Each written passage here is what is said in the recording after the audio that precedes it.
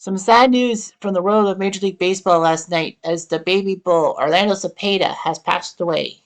1 week after his San Francisco teammate Willie Mays passed away. Orlando Cepeda was born September 17, 1937 in Puerto Rico. And he would live in wooden houses for a while. However, his father was a pro player in Puerto Rico, Pedro Cepeda, who was an icon in Puerto Rico, known as the Bull. Orlando would then be named the Baby Bull as his son. His father could not play in the major leagues because of his thing. Several players from the neighbor leagues visit their house, and he became a fan of Minnie Minoso. All that. So anyway, he was recruited to play in all that. So he went to an all-star team in the Dominican. Unfortunately, his father, Pedro, contracted malaria, even though he was checking the water, if the water's a municipality and all that.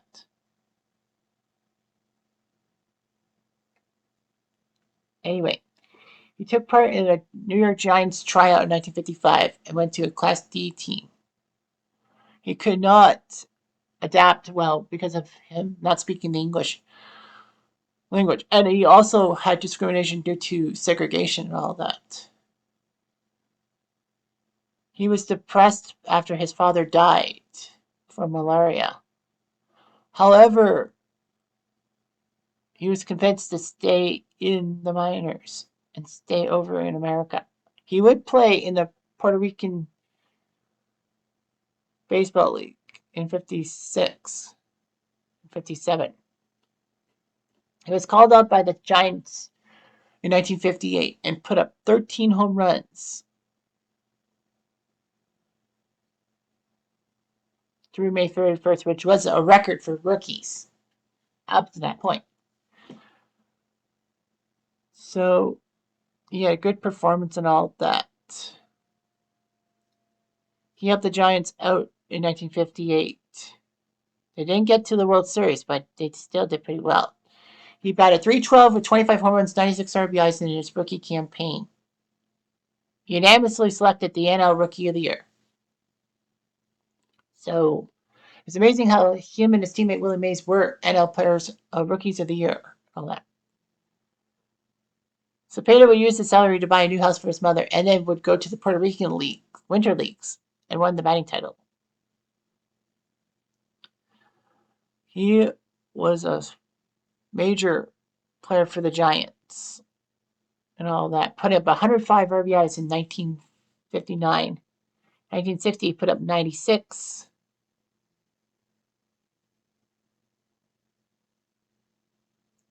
RBIs and all that.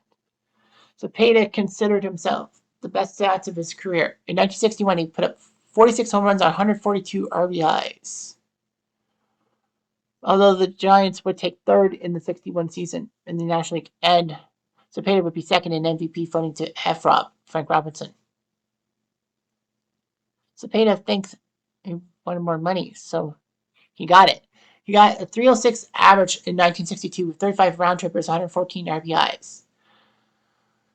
After beating the Dodgers in a 3-game playoff, they got to the World Series against the Yankees, and the Yankees won in 7 games. Unfortunately, though, that was, of course, the World Series for which Willie McCovey. If that ball was 1 foot higher over Bobby Richardson's glove, the Giants probably would have won the World Series. Cepeda had issues with Alvin Dark because, he didn't want the Latin American players to speak Spanish in the clubhouse. Dark would be a little bit awful towards the Hispanics and all that. So anyway, he was in constant pain because of a knee injury in the Puerto Rican League. But nevertheless, he batted .316 with 34 home runs, 97 RBIs, which was pretty good. And all that. Cepeda did all that. So, anyway, in 1965, he didn't play much because of his knee problems. He was told to puff on a reefer, but he did not do so. The swelling of the knee was just too much for him. He went back to Puerto Rico to get physical therapy and attended spring training in 1966, not put in the starting lineup. Surprisingly, the Giants didn't really care that much, and then they traded him to St. Louis for Ray Sadecki. Cepeda just had to switch clubhouses because the Giants were at home to the Cardinals. Well, the Giants were in St. Louis to play the Cardinals, so he just had to switch clubhouses. The Cardinals GM was interested in him because the team had problems on offense. The team gave him a new contract for $53,000. It was named NL Comeback Player of the Year with its 303 average. So in 1967, Cepeda played quite well and all that.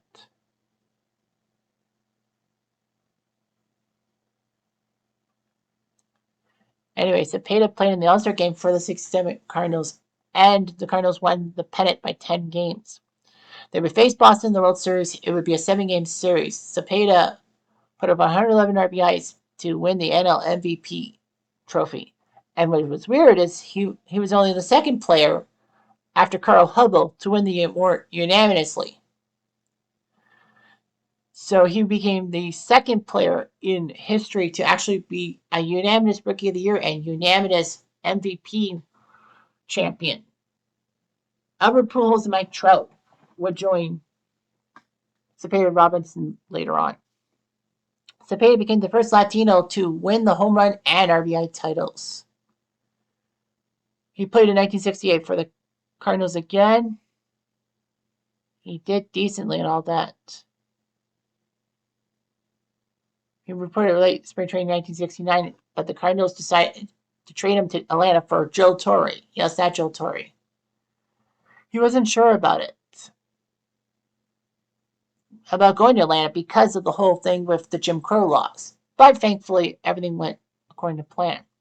Cepeda played for the Braves until 1972, when he was traded to Oakland for Danny McLean. He would need knee problems and all that.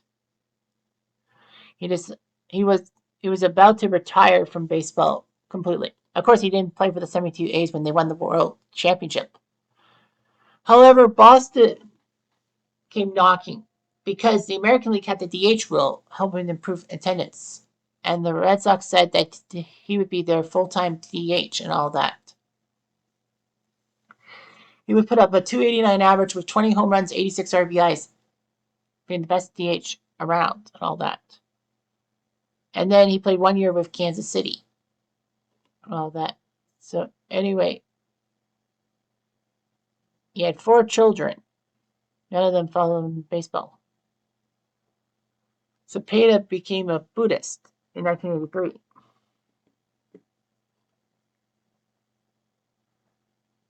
Cepeda unfortunately would be in trouble for a drug charge in 1975. All that. So he was charged with drug possession and all that. He served 10 months in prison for that thing and all that. So Cepeda, he had a nice legacy, and the Giants decided to retire his number 30 back in 1999.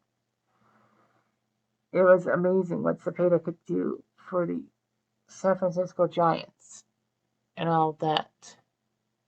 He was hospitalized for many months after a fall in 2018, but would have emotional distress. Arlen Cepeda is dead at the age of 86. We'll be back.